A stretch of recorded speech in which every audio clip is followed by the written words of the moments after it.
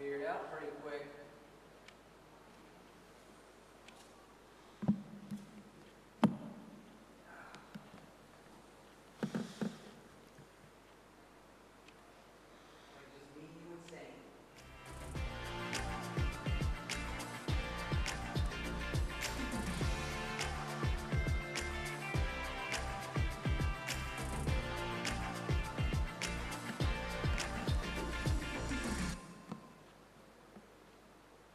Good morning, everyone, and welcome to NorthStar Community, our online and in-person talks. And I'm so glad to be here. Been gone a little bit, and so it's great to be back. Welcome, everyone. Again, as I always tell everyone, is if you're listening to me right now, you're in some form of recovery, whether it be substances, compulsive behaviors, broken relationships, or like most of us, probably all three of them, or at least two of the three. And so we continue to talk about what is addictive thinking, because as we always talk about with addictive thinking is that when we're in the middle of addictive thinking, we actually think it makes sense what we're doing. The stuff we say, the stuff we do, the damage we do to ourselves, the damage we do to others. And then we get away from it, we start to realize, oh yeah, that probably didn't make a lot of sense, but it sure did at the time. So what we're here to do is try to raise our awareness about what we're doing, and then hopefully because of the awareness we can find ways to move forward and keep on our path to recovery.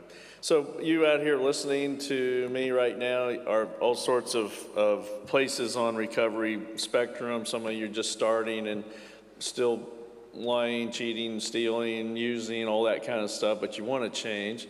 All the way to some who've been, recovered for quite a while, and we're doing pretty good. But we know we can't not keep recovering. So for wherever you are in that spectrum, welcome. God loves you. I'm so glad you're with us. Today we're going to talk about spiritual emptiness. I was thinking about this. It's been a challenge to me, this subject, because I was fortunate enough to grow up in a church, so I really have been involved in the church environment my whole life, so which is good, but the downside to it is sometimes it's hard for me to really articulate some of the deeper things that we talk about. We hear people say things like, well, I know that Jesus is in my life and Jesus saves, and what does that mean when you're someone new to all this? And I intuitively know what that means. I believe God is with us. I intuitively know what that means, but sometimes it's hard to describe what does that mean to someone who's new.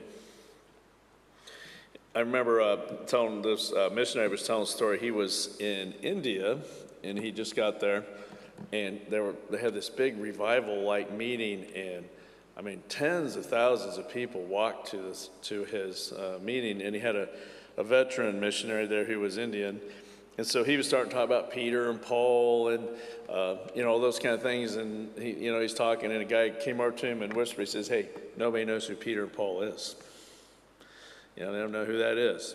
So for a lot of us, that may be true. So we try to educate as well as just help us understand what it means to be connected spiritually. So as we know, addiction is a disease that takes away, or is a physiological, emotional, and spiritual disease. And so what does the spiritual part mean on this? That spiritual emptiness. So I would say to you out there that if you're not involved in church, you don't have to be religious to understand this, nor to be spiritual. We all are spiritual in our own ways. And really what happens is, for most of us, that's why we get ourselves in trouble in the first place, is because our spiritual side is just not where it needs to be. And I think also, I've always felt that living in an affluent society, it's harder to have a really true spiritual self, because there is so much emphasis on materialism and stuff, and all that stuff, and looks, because you can afford to do that. In some countries you can't. So it's hard to become spiritually strong in America because we just have so much going for us. So what does it mean to be spiritually empty? So some stuff I was thinking was, I become numb to caring about others. I don't live my values. I say I believe in honesty. I believe in being there for other people. I believe that I'm there to emotionally connect with people. I don't do that. I can't find meaning in my life. I just don't have a purpose. I feel distance from God. I feel like I believe in him, but it's, I just kind of do it my own way. I feel unrest. My impulsive and compulsive behaviors become too strong because then I'm trying to fill that void in my life.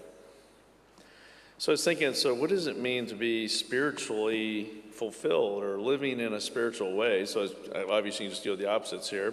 But I always think about that I feel like I have a meaning that's bigger than me, that I have a purpose in my life that's bigger than me, that there's things going on in my life that I just know are right. And I know that there's something, a higher being out there somewhere, a higher, in my world, of course, God is in my life in ways that sometimes I can actually see.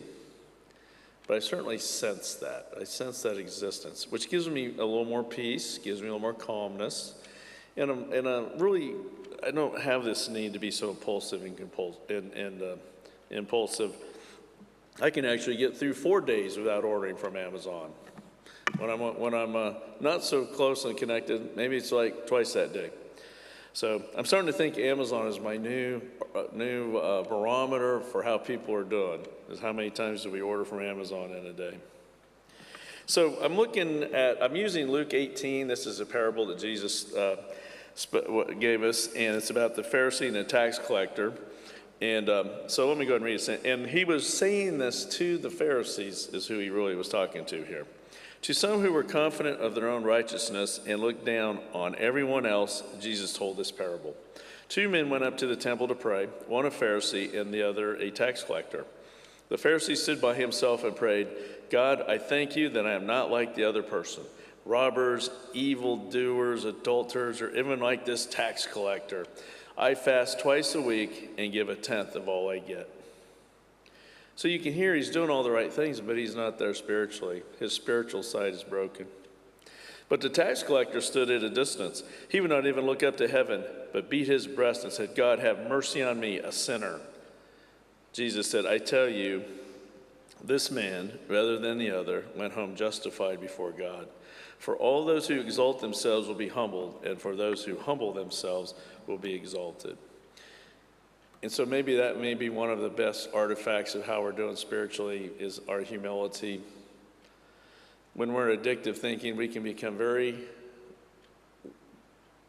obnoxious, live with bravado. We tell ourselves we don't need anyone else in our lives. But when we're connected to God, we know not only do we need to be connected to Him, we need to be connected to others. But I think this parable, and again, these are not real people, but Jesus was making his point. And the tax collector part's important for us to understand the context there. They were probably the most reviled and hated people in Israel at that time because they were Jews themselves, and they were basically stealing and robbing from their own people for the Roman government that they all hated. So the Pharisee certainly would have been the more favored person in this as far as the people in general.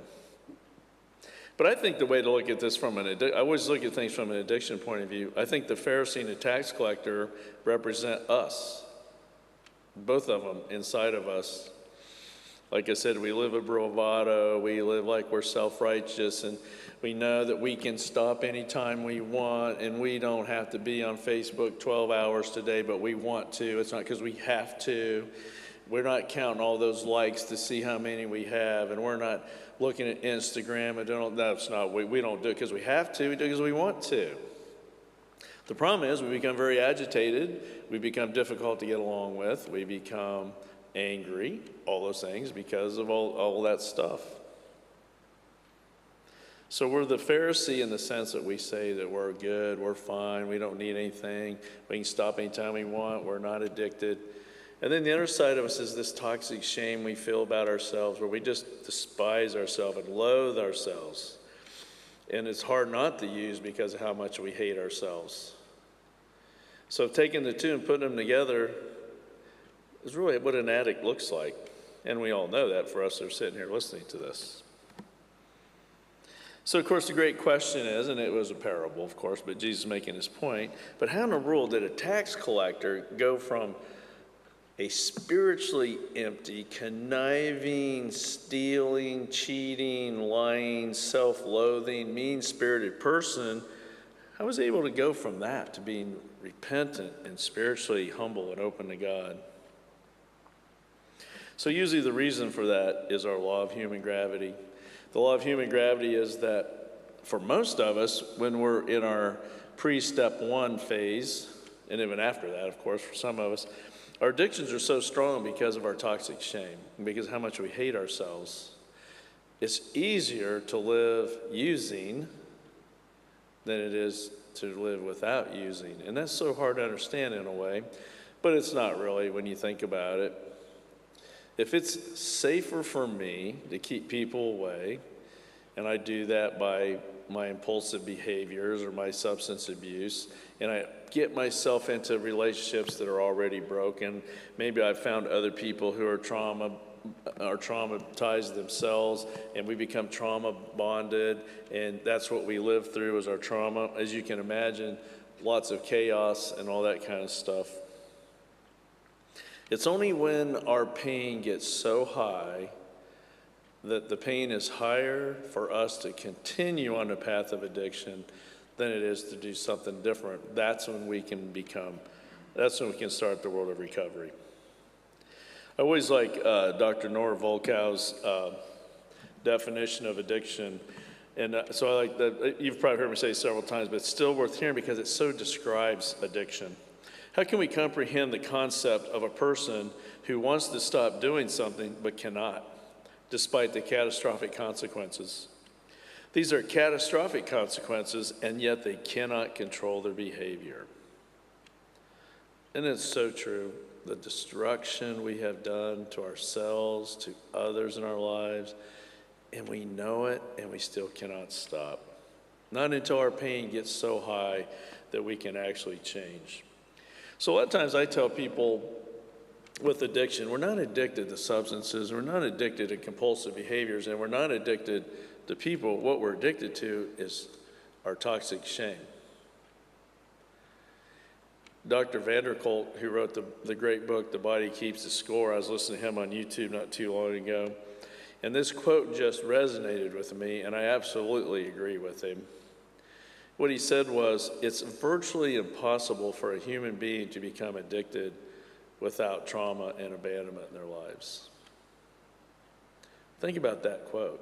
And to me, he has resurrected in the right ways our view of trauma. So the point, switch that around, what I always, when I meet with people individually who are addicted or struggling with recovery, I always go, where were you traumatized? Where were you abandoned? I've never had anyone say to me, well, I don't know, I can't think of anything. The only ones I have had that have tried, but once we're done, they realize they had lots of it. Because their family systems were so dysfunctional, they thought they were supposed to protect it. So I say this about judgment, and it shouldn't be any judgment to this, but because of trauma and abandonment in our lives, we have toxic shame.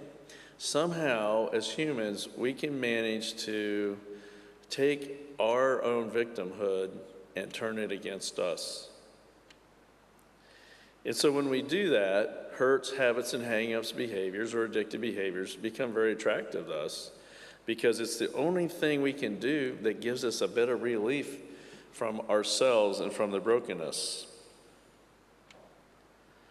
And so with spiritual fulfillment, if I am spiritually unfulfilled, I'm going to live my life self-centered. I'm going to live my life probably mean. I'm going to not be honest, all those things.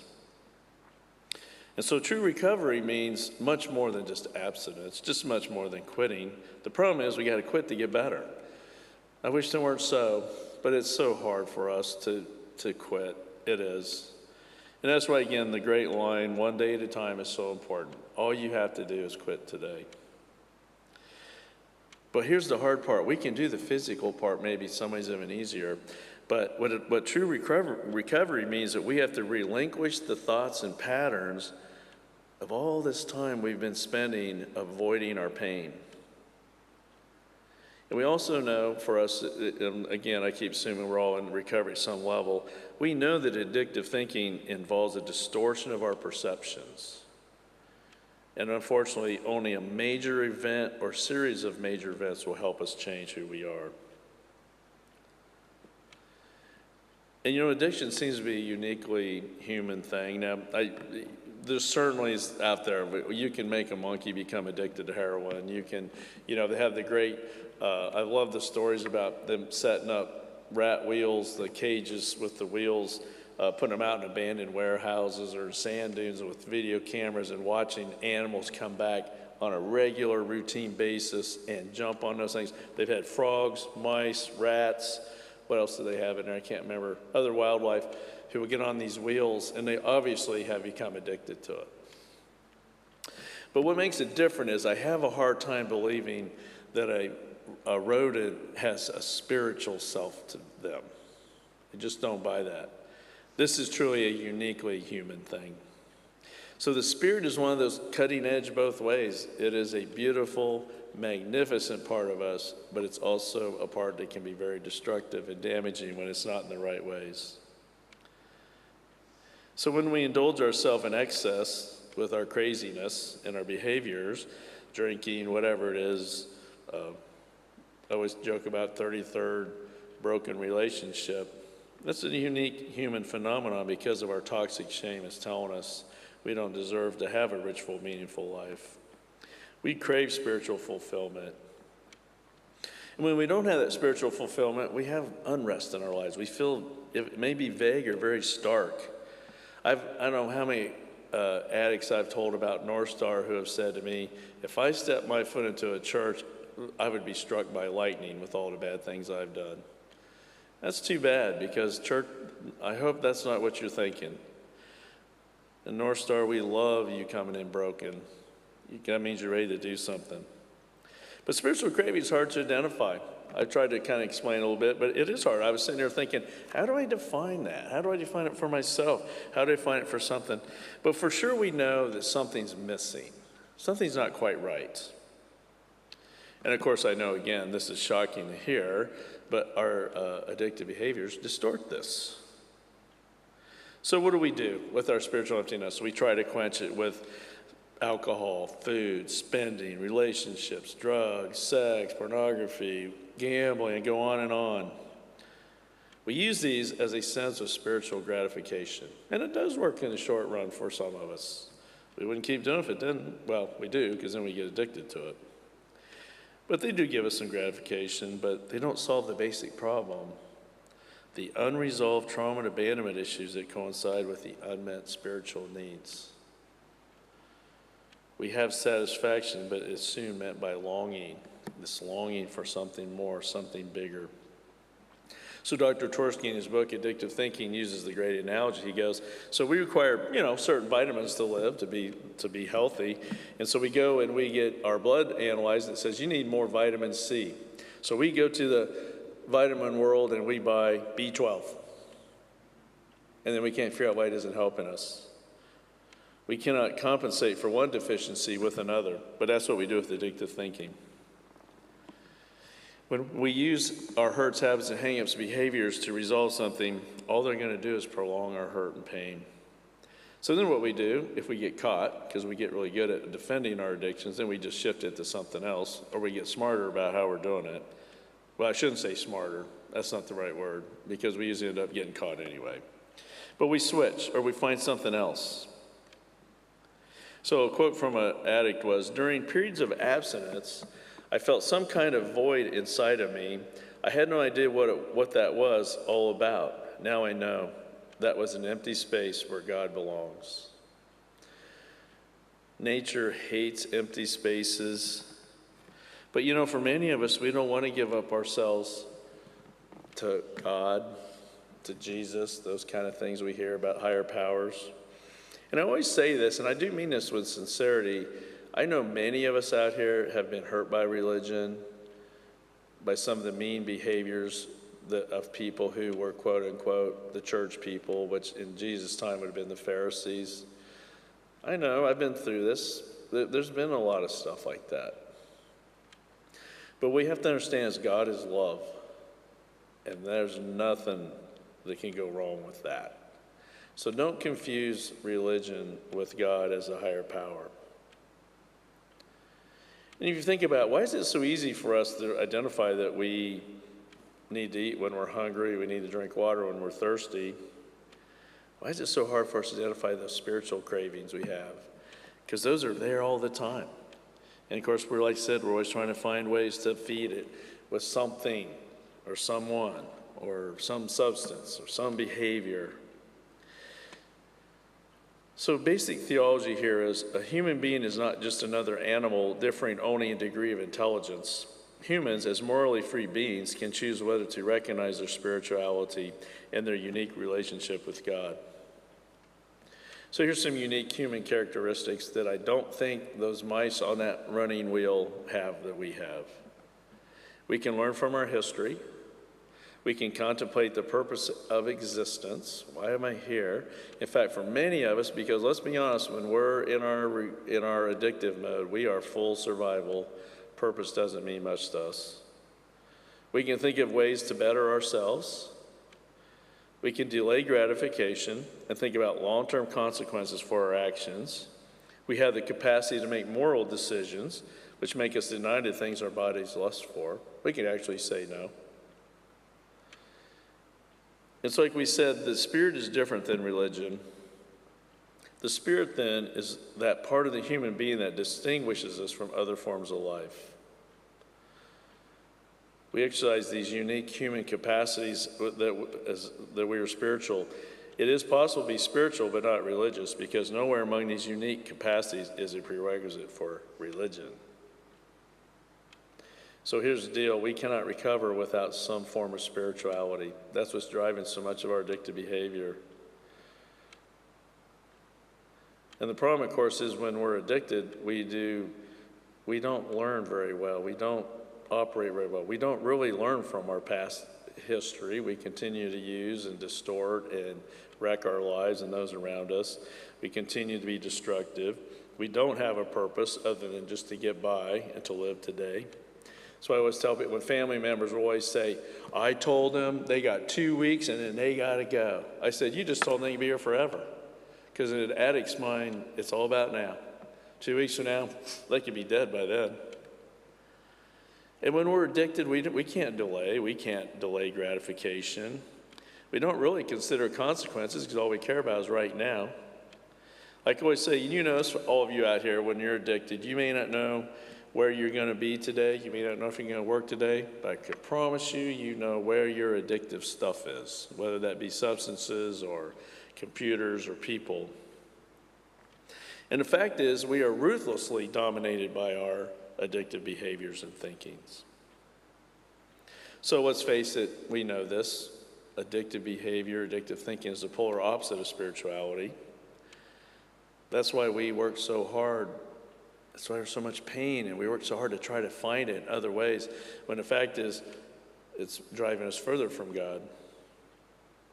So we have to do our shift in thinking, again, which is the law of human gravity, that things get worse, not better. Gets so bad for us we can't continue on this path. But that takes a long time. And many of us, we have very, very deep and dark rock bottoms. So who does have the information and authority about your intrinsic worth? It's God. But if you're running from him and thinking you're terrible, awful, and he can't possibly love you because of how bad you are, and you'll never, ever get there, blah, blah, blah. But that's not true. God is love. God doesn't keep score. That's us doing that. So in the parable, the tax collector finally got it. He finally realized, you know what? I have to repent. I have to talk about how awful I've been. I have to go before God and do that. Once he did that, I'm going to assume his life got better immediately. Maybe not so easy on the human side. He probably lost his income. He probably lost his livelihood. But he got back to real things. He got to figure out who he really was. Each of us are developed and created by God in our own unique ways. And we have so much woundedness in us, so much trauma and abandonment. It's hard for us to ever see that. But God does truly know who we are, what our strengths are, what his love is for us. So think about, what we do so wrong when we're so spiritually broken is that, what do we value about people? We often value honesty, kindness, generosity, compassion, understanding, empathy, vitality, humor, acceptance. Yet many of us rarely define our own self-worth by that, especially in our toxic shame. But all we can see is all the bad things about us. And we define ourselves externally, and that's not fair and it's not real. We need to start opening ourselves up to defining ourselves internally with all those gifts God gave us. We always talk about NorthStar, about if we were as kind and empathetic to ourselves as we are to everyone else in this group, we'd be doing pretty good. But our toxic shame tells us we can't do that. We don't deserve it, we'll never be good enough, and all we can ever expect is mediocrity. But that's not true. If you can recover, if you can find ways to become more spiritually connected to a higher power, in our case at NorthStar, we define it as God and Jesus Christ, you have a real chance for a rich, full, meaningful life. I know people who have been coming to NorthStar for a while. If I told them they'd be doing what they're doing now in successful ways, I might add, they wouldn't have believed me. It can happen. It takes time, it takes effort, and it takes pain to get better. But it's not like we're doing cartwheels now. We're wrecking our lives, we're causing destruction. It's time we can change. And one way you gotta do is to become spiritually connected and fulfilled. So to conclude here, since addictive thinking's goal is the polar opposite of spirituality, we have to find support around us. So I'm saying to you, if you're local, come see us, get the AA, Al-Anon, sex addiction, I don't care which one it is, SANA, AA, get somewhere. You cannot recover by yourself. And you know what? If you become spiritually, you've let that guard down, you can become connected to other people. There's really not any safer places than recovery groups, because everybody in there has been there themselves, and they know they can't sell you anything to fix you. They can't force you to do anything. It's on you. But if we can get to a recovery group, maybe we can start seeing how destructive addiction is and see what great things can happen to us if we become connected spiritually. It's never too late to change your mind about who and what defines you. You will find yourself motivated and excited about life when you define yourself by your internal qualities and rediscover what brings you joy. Embracing your intrinsic qualities is a path to discovering your spirituality. So you can do it. So I thank you for joining us today. There's never a better time than today to start recovering.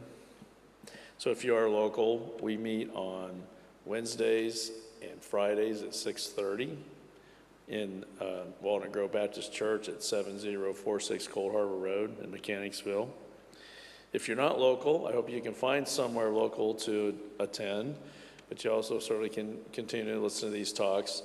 But maybe one of these days you'll want to reach out, and you can always call me at 804-746-5081, or you can email me at csimpson@wgva.church.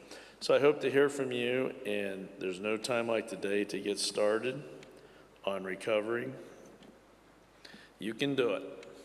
If you're listening to this, you obviously either are in recovery or you want to be in recovery. So we always close with the prayer of serenity. If we would just live this prayer, our lives would be good. Pray with me. God, grant me the serenity to accept the things I cannot change, courage to change the things I can, and the wisdom to know the difference. Living one day at a time, enjoying one moment at a time, accepting hardships as a pathway to peace. Taking, as Jesus did, this sinful world as it is, not as I would have it. Trusting that Jesus will make all things right if I surrender to his will. that I may be reasonably happy in this life and supremely happy with him forever in the next. Amen. So again, thank you for joining us today, and I hope you'll join us again.